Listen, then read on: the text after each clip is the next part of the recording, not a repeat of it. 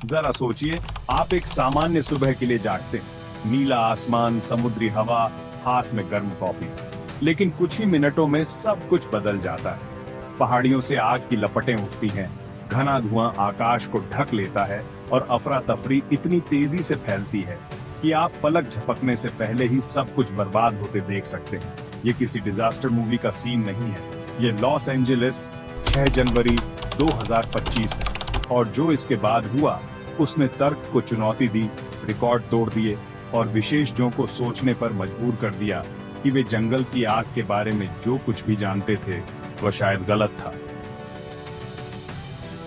सुबह 11:15 बजे डेविड मोरो अपने बालकनी पर बैठे प्रशांत महासागर का नजारा ले रहे थे। एक और शांतिपूर्ण दिन, लेकिन तभी उन्होंने कुछ अजीब देखा। पैसिफिक पैलिसेड्स की पहाड़ियों से उठती हुई चिंगारियां और लपटें 5 मील दूर। सिर्फ 1 घंटे के अंदर आग को रोका नहीं जा सका। लेकिन सबसे अजीब बात क्या थी? हवाएं समुद्र की ओर 100 किलोमीटर प्रति घंटे की रफ्तार से चल रही थी। इसका मतलब आग को समुद्र की ओर धकेला जाना चाहिए था, लेकिन इसके बजाय ये पहाड़ियों से होकर 30 से 40 किलोमीटर अंदर तक फैल गई। 38,000 एकड़ जल गए, 12,000 घर तबाह हो गए और 1,80,000 लोग विस्थापित हो गए। ये संभव कैसे हुआ? कौन सी आग हवा के खिलाफ लड़ सकती है और जीत भी सकती है? समझने के लिए हमें इतिहास की ओर देखना होगा। कैलिफोर्निया में जंगल की आग कोई नई बात नहीं है। 2003 सीडर फायर 2,73,000 एकड़ जल गए। 2017 टब्स फायर 36,000 एकड़ राख हो गए। 2018 कैंप फायर 5 लाख एकड़ तबाह। और सबसे चौंकाने वाली बात, ये आग गर्मियों में नहीं बल्कि पतझड़ और सर्दियों में भड़की थी। लेकिन क्यों? मिलिए सैंटा एना विंड्स से। ये गर्म शुष्क हवाएं रेगिस्तानों के उच्च दबाव से समुद्र के निम्न दबाव की ओर दौड़ती हैं। ये हवा से नमी खींच लेती है, जिससे जंगल माचिस की तीली की तरह जलने को तैयार हो जाते हैं। लेकिन यह अब भी नहीं बताता कि लॉस एंजलिस की आग हवा के विपरीत दिशा में क्यों बढ़ी। ठीक है विज्ञान प्रेमी, अब कमर कस लो, अब मजा आने वाला है। इसका जवाब एक दुर्लभ घटना में छिपा है, माउंटेन वेव रोटर इफेक्ट। जब तेज हवाएं किसी पहाड़ से टकराती हैं, तो पहाड़ के दूसरी ओर घुमावदार हवा की धाराएं बन जाती हैं। नतीजा, जमीन के पास हवा की दिशा उलटी हो जाती है। अब सोचिए, पैसिफिक पैलिसेड्स कहाँ है? ठीक इसी खतरनाक जोन में।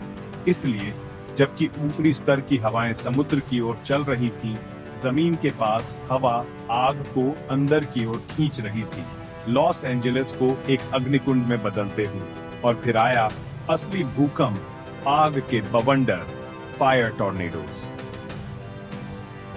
आग के बवंडर ठीक वैसे ही होते हैं जैसे वे सुनाई देते हैं, आग से बने बवंडर।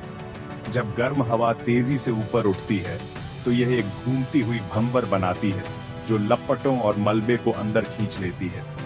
ये राक्षस अपनी खुद की वायुमंडलीय परिस्थितियां बना सकते हैं, खुद की हवा तक नियंत्रित कर सकते हैं।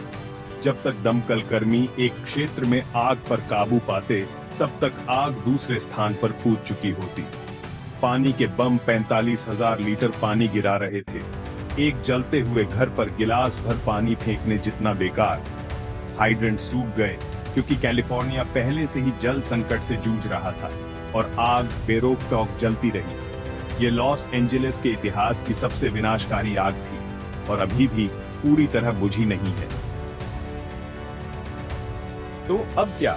जलवायु परिवर्तन इन आपदाओं को तेज, बड़ी और खतरनाक बना रहा है, लेकिन टेक्नोलॉजी भी इसका मुकाबला कर रही है।